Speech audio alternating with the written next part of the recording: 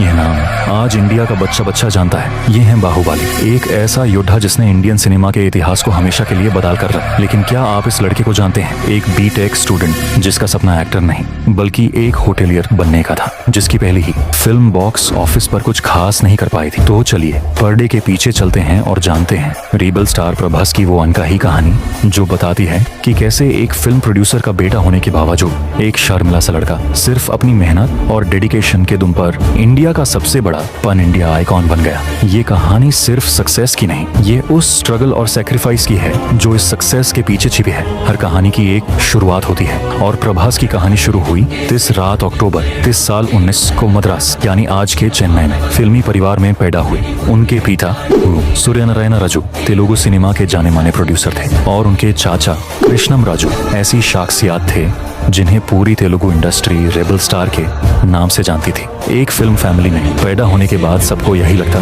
कि प्रभास ने बचपन से ही एक्टर बनने का सपना देखा होगा, लेकिन सच्चाई इससे काफी अलग थी। कई सारे इंटरव्यूज में ये बात सामने आई है कि प्रभास शुरू से ही बहुत शाय और इंट्रोवर्ट थे। एक्टिंग तो दूर की बात, वो लोगों से घुलने मिलने में भी झिझकते थे। उनका प्लान एक्टिंग नहीं बिजनेस था और वो एक होटेलियर बनना चाहते थे। इसीलिए उन्होंने अपनी पढ़ाई पर फोकस किया और हैदराबाद के श्री चैतन्य कॉलेज से बीटेक की डिग्री हासिल। तो फिर एक बीटेक ग्रेजुएट जिसे होटल बिजनेस में जाना था, वो फिल्मों में कैसे आ गया? इसके पीछे थे उनके चचा कृष्णम राजू। उन्होंने ही प्रभास के अंदर छिपे पोटेंशियल को पहचाना और उन्हें एक्टिंग में हाथ आजमाने के लिए मनाया। फैमिली के कहने पर प्रभास ने विशाखापत्तनम के सत्यानंद फिल्म इंस्टीट्यूट से एक्टिंग की ट्रेनिंग ली और एक ऐसे सफर पर निकाल पड़े जिसके बारे में उन्होंने कभी सोचा भी नहीं था। साल 2002 प्रभास ने फिल्म ईश्वर से अपना एक्टिंग डेब्यूट किया। एक स्टार प्रोड्यूसर का बेटा और रेबल स्टार का भतीजा उम्मीदों का पहाड़ था, लेकिन फिल्मों की दुनिया में पर्ची नहीं परफॉर्मेंस चलती है। ईश्वर बॉक्स ऑफिस पर एक एवरेज फिल्म साबित हुई।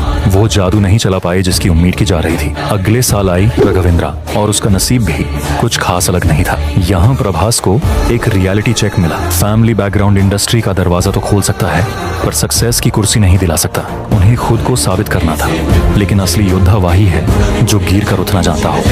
प्रभास ने हार नहीं मानी। साल 2004 में आई फिल्म वर्षम उनके करियर का पहला बड़ा कमर्शियल ब्रेक थ्रू बनी। इस फिल्म में उन्हें ऑडियंस के बीच एक पहचान दी, पर उनकी जिंदगी का सबसे बड़ा टर्निंग पॉइंट अभी आना बाकी था। साल 2005 एक यंग डायरेक्टर एस राजामौली ने प्रभास को एक ऐसे रोल में कास्ट किया जिसने उनकी इमेज को हमेशा के लिए बदल दिया। फिल्म थी छत्रपाती। ये एक हाई वोल्टेज एक्शन ड्रामा थी जिसने प्रभास को मास ऑडियंस का हीरो बना दिया। उनका एंग्री यंग मैन अवतार लोगों को इतना पसंद आया कि फिल्म थिएटर में 60 से ज्यादा दिन तक चली। इसी फिल्म के बाद से उनके चाचा का रेबल स्टार का टाइटल उनके नाम के साथ जुड़ने लगा, लेकिन उनके फैंस का दिया हुआ नाम डार्लिंग उनकी असली पहचान बन गया। छत्रपाती के बाद प्रभास ने पीछे मुड़कर नहीं देखा। उन्होंने बिल्ला, डार्लिंग, मिस्टर परफेक्ट और मिर्ची जैसी सुपरहिट फिल्में दी। मिर्ची के लिए तो उन्हें prestigious Nandi award for best actor भी मिला। वो तेलुगु सिनेमा के टॉप स्टार्स में से एक बन चुके थे। उनकी फैन फॉलोइंग जबरदस्त थी, लेकिन किस्मत उन्हें तेलुगु सिनेमा से निकालकर पूरे हिंदुस्तान के दिल में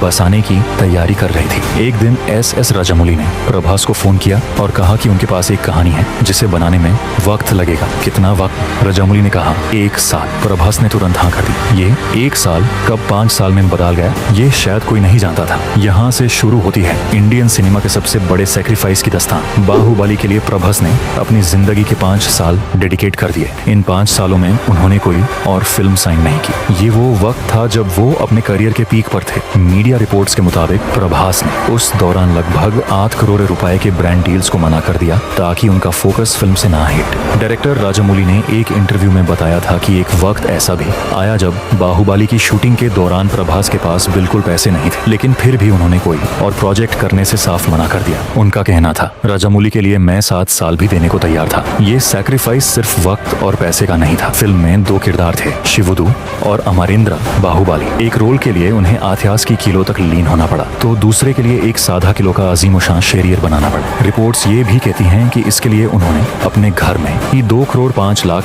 के जिम इक्विपमेंट्स लगवाए। लगवाए थे। 10 जुलाई 2005 बाहुबली द बिगिनिंग रिलीज हुई और इंडियन सिनेमा में एक नया अध्याय शुरू हो गया। फिल्म ने बॉक्स ऑफिस के सारे रिकॉर्ड्स तोड़ दिए। लोगों ने पहली बार इंडियन स्क्रीन पर ऐसा स्पेक्टिकल देखा था और उस स्पेक्टिकल के दिल में थे प्रभास। लेकिन असली तूफान तो अभी बाकी था। 2017 में आई बाहुबली 2 द कंक्लूजन। इस फिल्म ने जो किया वो एक सपने जैसा था। ये पहली इंडियन फिल्म बनी जिसने दुनिया भर में 1000 करोड़ का आंकड़ा पार किया। प्रभास अब सिर्फ तेलुगु स्टार नहीं रहे, वो एक पान इंडियन फिनोमिनन बन चुके थे। बाहुबली के बाद प्रभास एक ऐसे स्टार बन गए जिनकी फिल्मों का इंतजार पूरा देश करता है। वो पहले साउथ इंडियन एक्टर बने जिनकी मून की प्रतिमा लंदन के मडाम तुसाड्स म्यूजियम में लगाई गई। इतनी बड़ी सक्सेस, इतनी फेम के बाद अक्सर लोग बदल जाते हैं, लेकिन प्रभास नहीं बदले। आज भी वो उतने ही शाई और डाउन टू अर्थ। इंडस्ट्री में उन्हें प्यार से डार्लिंग बुलाया जाता है क्योंकि उनका दिल बिल्कुल वैसा ही है। वो अपनी पर्सनल लाइफ को हमेशा मीडिया से दूर रखते हैं और उनकी मेहमान नवाजी के किस्से मशहूर हैं। बाहुबली के बाद उन पर उम्मीदों का प्रेशर आसमान छू रहा था। उनकी फिल्में जैसे सलार और हाल ही में आई कल्कि 2028 की एडी ने ऑफिस पर जबरदस्त परफॉर्म किया। कल्कि 2028 की एडी ने तो रिलीज होते डोमेस्टिक और ग्लोबल बॉक्स ऑफिस पर कई रिकॉर्ड्स बना डाले, लेकिन इस सफर में उन्होंने बड़े सेटबैक्स भी देखे। राधेश्याम और आदिपुरुष जैसी फिल्में बॉक्स ऑफिस पर वो कमाल नहीं कर पाए जिसकी उम्मीद। फिर भी प्रभास ने बड़े पैमाने पर एक्सपेरिमेंट करना नहीं छोड़ा। उनका आने वाला लाइनअप भी उतना ही दमदार है, जिसमें द राजा साहब, सलार पार्ट 2, शूर्यांगा परवाम और संदीप रेड्डीवंगा की स्पिरिट जैसी फिल्में शामिल हैं। उपलपत वेंकटा, सूर्या नारायण, प्रभास, राजू, एक बीटेक ग्रेजुएट जिसने होटेलियर बनने का सपना देखा, एक शर्मिला लड़का जो एक्टर नहीं बनना चाहता था, एक सुपरस्टार जिसे शुरुआत में फेलियर का सामना करना पड़ा, और फिर एक ऐसा योद्धा जिसने एक फिल्म के लिए अपनी जिंदगी के 5 साल दे दिए ताकि वो इंडियन सिनेमा को दुनिया के नक्शे पर ला सके। प्रभास की कहानी इस बात का सबूत है कि अगर इरादों में दम हो और मेहनत करने का जज्बा तो किस्मत को भी आपके आगे झुकना पड़ता है। ये उस विश्वास की कहानी है जो उन्होंने एक डायरेक्टर पर किया, उस डेडिकेशन की कहानी है जो उन्होंने अपने क्राफ्ट को दिया, और उस सब्र की कहानी है जो उन्होंने अपने क्राफ्ट को दिया, उन्होंने सही वक्त के लिए रखा। तो दोस्तों, ये थी रेबेल स्टार प्रभास की अनकही कहानी। अगर आपको ये वीडियो पसंद आया हो तो इसे लाइक जरूर करें। हमें कमेंट सेक्शन में बताएं कि आप अगला वीडियो किस शख्सियत पर देखना चाहेंगे, और ऐसी ही